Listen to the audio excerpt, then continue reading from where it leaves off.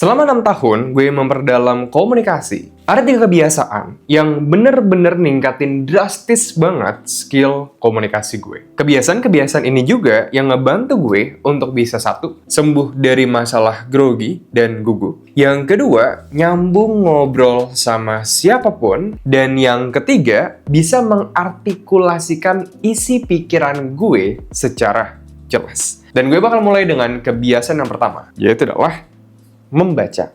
Dulu, pas lagi di zaman SMA, gue tuh payah banget dalam berkomunikasi. Gue susah bisa ngomong dengan jelas, susah bikin orang nyaman pas ngobrol sama gue.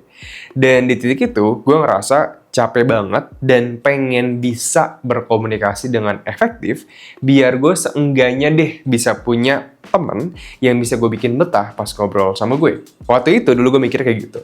Akhirnya gue mulai cari di YouTube, di internet, dan segala macamnya tentang tips-tips komunikasi. Tapi gue ngerasa kayaknya nggak ada satupun tips yang bener-bener efektif ngubah kehidupan komunikasi gue sampai akhirnya, gue mulai baca satu buku yang ngubah hidup gue banget sampai sekarang. Yaitu adalah How to Influence and Influence People. Dan setelah baca buku itu, gue akhirnya bisa bikin orang lebih nyaman pas ngobrol sama gue dengan kemampuan kayak aktif mendengarkan, menjadi tertarik, dan segala macamnya. Tapi di titik itu, bukan itu poin yang menariknya bagi gue. Ada satu hal yang bener-bener meledakin banget pikiran gue setelah momen tersebut. Yaitu adalah ketika lo baca buku, dan yang bener-bener gue artikan adalah lo baca buku yang banyak banget dan konsisten secara terus-menerus, lo bakal lebih tahu banyak banget hal. Dan ini bakal mengundang pertanyaan kayak, Bang, emang kalau lo tahu banyak hal, apa hubungannya dengan kehidupan komunikasi lo? Gini, setelah gue baca banyak banget buku, mulai dari self-help, terus gue pindah ke fiksi, kadang ke klasik literatur, ada pelajaran yang gue bener-bener dapetin banget dari pengalaman tersebut. Yaitu adalah, ketika lo tahu banyak hal, lo juga bisa lebih banyak membicarakan banyak hal. Iya dong, kayak buat lo bisa ngomongin sepak bola, lo harus tahu dulu tentang topik sepak bola. Ketika misalkan, kalau gue nggak tahu topik sepak bola, dan gue ketemu sama temen yang dia tuh sebenarnya suka ngomongin bola, tapi gue nggak tahu bola, gimana caranya gue bisa nyambung ngobrol sama dia di topik sepak bola? Jadi gini, semakin banyak hal yang lo ketahuin, maka semakin banyak hal juga yang lo tuh bisa bicarakan. Dan semakin lo bisa nyambung ngobrol sama orang. Itu berarti, itu bakal ngebantu lo banget untuk bisa nyambung ngobrol, terkoneksi dengan orang-orang yang ada di sekitar lingkungan lo. Nggak peduli lo mau di lingkungan kampus, di pekerjaan, profesional, dalam dunia rumah tangga misalkan, atau mungkin hubungan, itu bakal ngebantu banget lo bisa nyambung dengan orang-orang di sekitar lo. Kebiasaan kedua yang ngubah drastis banget skill komunikasi gue adalah menulis.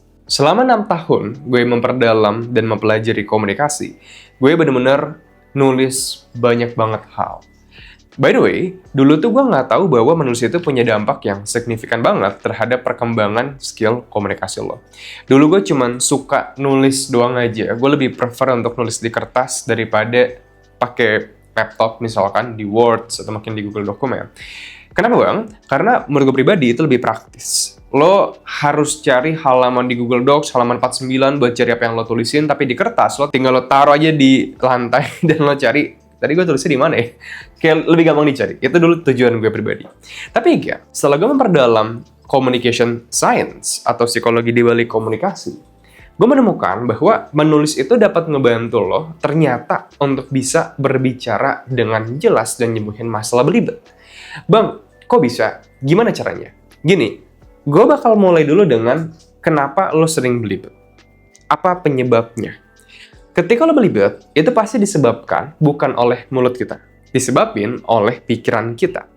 Again, kalau misalkan lo mikir sesuatu, pikiran lo ya cuma sekedar pikiran. Tapi pikiran lo bisa dipahamin oleh orang ketika lo ngubah pikiran lo menjadi kata-kata. Lo barusan nggak paham kan gue ngomong apa? Karena gue cuma kayak diem doang. Kenapa? Karena gue nggak ngeluarin kata-kata. Padahal dalam pikiran gue, tadi gue udah mikirin sesuatu. Jadi, pikiran lo harus disampaikan ke orang melalui kata-kata. Nah, ini yang penting. Berarti kalau misalkan gue belibet bang, itu masalahnya di mulut gue atau di pikiran gue? Di pikiran lo. bukan di mulut lo. Mulut lo tugasnya cuma menyampaikan kata-kata. Di pikiran kita, terus bang, prosesnya gimana? Berarti kan kalau gue belibet, ada kesalahan dalam proses dong. Kayak misalkan gue gagal di vaksin, berarti ada kesalahan entah mungkin di jarum suntiknya, atau mungkin di proses nyuntiknya, atau mungkin di dokternya. Ada kesalahan di proses itu dong. Sama dengan komunikasi. Di komunikasi, pola pikir kita itu mengikuti 3 tahapan yang sederhana. Pertama disebut sebagai abstract thinking, structure, dan words atau kata-kata. Gue bakal jelasin masing-masing ini apa. Abstract thinking adalah ketika lo nanti berkomunikasi dengan siapapun, pas lo ngobrol dengan teman kerja lo, dengan keluarga lo, dengan siapapun itu, otak lo bakal menyimpulkan lo tuh lagi ngomongin apa sama orang ini. Misalkan sekarang kita berdua lagi ngomongin komunikasi. Jadi otak lo bakal, oke, kita sekarang ngomongin komunikasi. Setelah dia menyimpulkan, oke, sekarang kita ngomongin komunikasi, otak lo bakal ngelakuin hal yang disebut sebagai the priming effect. Bang, apa sih itu priming effect? Priming effect adalah, misalkan gue bilang ke lo, wortel. Apa yang bakal lo pikirin selain wortel? Kelinci kah? Tanah kah? Warnanya oranye kah? Nah, itu semua adalah asosiasi dari kata wortel dalam pikiran kita. Sama dengan komunikasi. Ketika lo mencerna kata komunikasi, otak lo bakal mencari apa aja yang bisa diomongin dalam topik komunikasi. Misalkan, kita bisa ngomongin tentang Fyodor Dostoevsky, atau cara penggunaan Nietzsche dalam kemampuan komunikasi yang sifatnya itu metafora dalam menyampaikan isi pikiran dia, atau mungkin yang sifatnya akademis, kita bisa ngomongin komunikasi transaksional, interaksional, linear, dan segala macamnya. Intinya segala hal yang berhubungan dengan komunikasi bakal muncul di sana. And then, setelah itu otak lo bakal milih, sekarang gue mau ngomongin apa nih dari semua hal yang udah muncul ini. Misalkan, pas gue lagi ngobrol sama lo sekarang tentang komunikasi, otak gue memutuskan untuk ngomongin tentang komunikasi efektif. Jadi berbicara tanpa belibet. Di titik itu, setelah otak gue milih, oke ini nih yang mau gue omongin, next-nya dia bakal ngubah itu menjadi struktur bicara. Nah, struktur bicara adalah otak lo bakal menciptakan terlebih dahulu poin-poin apa aja yang pengen disampaikan. Poin-poin apa aja yang pengen disampaikan ini, itu biasanya memiliki struktur. Misalkan, oke, gue bakal mulai dengan opini utama gue, opini pendukung gue, dan contoh. Bang, tapi apakah semua otak manusia pasti ngikutin struktur opini utama, pendukung, dan contoh? Jawabannya adalah enggak. Dan itu kenapa kita sering ngalamin masalah belibet. Kalau misalkan otak kita nggak terbiasa menyusun informasi menjadi struktur informasi yang jelas, maka ya kita bakal belibet. Kita nggak bakal tahu gue harus mulai dari mana, gue harus ngomonginnya alurnya gimana, dan segala macamnya. Itu bakal bikin pesan kita jadinya jadi belibet. Karena kita nggak tahu cara nyusun alurnya. Terus bang, gimana cara lo nyusun alurnya? Nah ini yang makanya gue bilang, gue suka banget dengan menulis. Ketika lo menulis, otak lo bakal secara terus-menerus lo cuci, lo brainwash, lo biasakan menulis dengan struktur dari opini utama, opini pendukung, dan contoh. Bang, berarti lo secara sadar harus nulis opini utama lo apa, pendukung lo apa, contoh itu apa? Betul. Misalkan, kemarin gue lagi baca buku dari Beyond Good and Evil yang ditulis oleh Friedrich Nietzsche di pasal 61, kalau nggak salah. Di mana Nietzsche membicarakan tentang bahwa manusia itu terlalu sering lemah karena memiliki self-morality dan segala macam. Gue bakal mulai dengan opini utama gue. Gue pribadi kurang setuju dengan opini Nietzsche. Oke, itu doang opini utama gue. Opini pendukung gue bakal terus juga. Kenapa? Karena gue pribadi menggunakan sudut pandang pendekatan stoik yang dimana menganggap untuk kita mengalah pun itu merupakan bentuk dari kekuatan. Oke, terus contohnya ada gak? Terakhirnya. Ada. Waktu itu gue sempat ketemu sama teman gue. Jadi gue nulis personal story. Nah bang, lo selalu ngulang-ngulangin hal tersebut secara terus-menerus. Betul.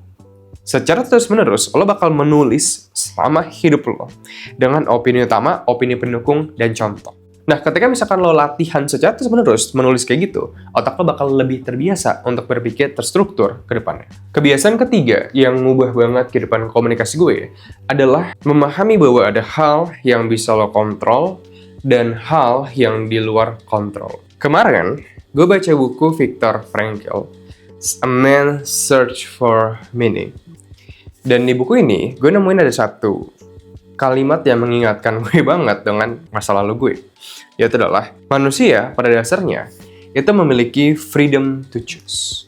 Atau kebebasan untuk memilih. Bagi lo yang mungkin belum tahu cerita gue, dulu tuh gue adalah orang yang cukup overthinker banget. Ya, gue mikirin segala hal dalam kehidupan gue. Oke, dan itu terlalu berlebihan. Itu bikin gue stres. Dan semua itu bisa sembuh pada akhirnya ketika gue bertemu dengan sebuah buku lagi, bukan A Man's Search for Meaning. Dulu tuh gue baca bukunya Filosofi Teras, Henry Manampiring. Di mana di buku itu dijelaskan bahwa ada hal yang dalam kontrol lo, dan ada hal yang di luar kontrol lo. Misalkan, waktu itu gue sempat ngisi acara dalam sebuah brand yang cukup prestige, namanya Mercedes-Benz. Dan pas gue OTW ke sana, gue sempat kepikiran kurang lebih hal yang bakal gue sampaikan ini bakal jelas atau enggak. Mereka bakal suka atau enggak, mereka bakal bisa nerima atau enggak, dan segala macamnya. Di titik itu, gue tersiksa banget kan dengan pikiran gue. Dan yang berusaha dibilang oleh buku dari Bang Henry Manampiring, Filosofi Teras adalah, gak akan ada gunanya lo terus-menerus memikirkan hal yang menyiksa lo. Kayak, misalkan pasangan lo selingkuh, amit-amit. Lo stres, lo sedih, lo pusing, lo depresi, mikirin pasangan lo selingkuh, will never change the fact, gak akan pernah ngubah fakta bahwa pasangan lo selingkuh. Apakah itu bakal mengubah fakta bahwa pasangan lo selingkuh?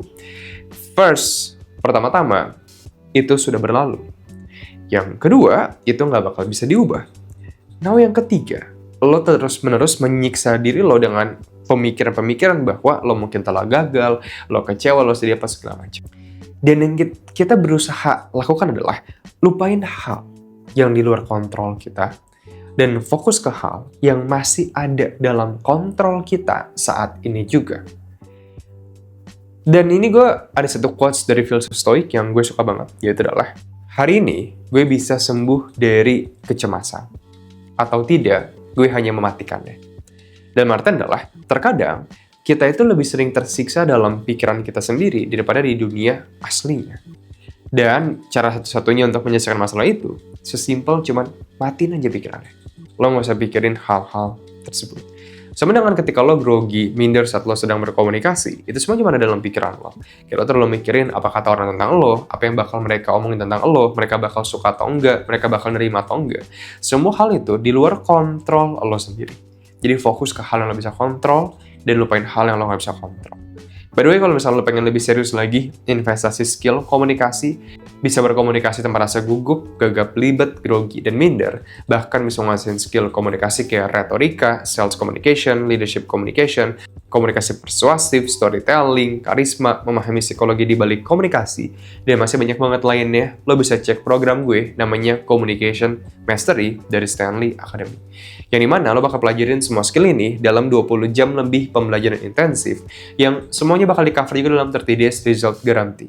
Bang, itu artinya apa? Artinya, kalau dalam 30 hari ke depan, lo nggak ngalamin perubahan apapun dalam kehidupan komunikasi lo, tenang aja, uang lo bakal di-refund 100%. Kalau misalnya lo pengen cek link programnya, lo bisa cek aja linknya di pin komentar di bawah. Thank you semuanya, see you, bye-bye.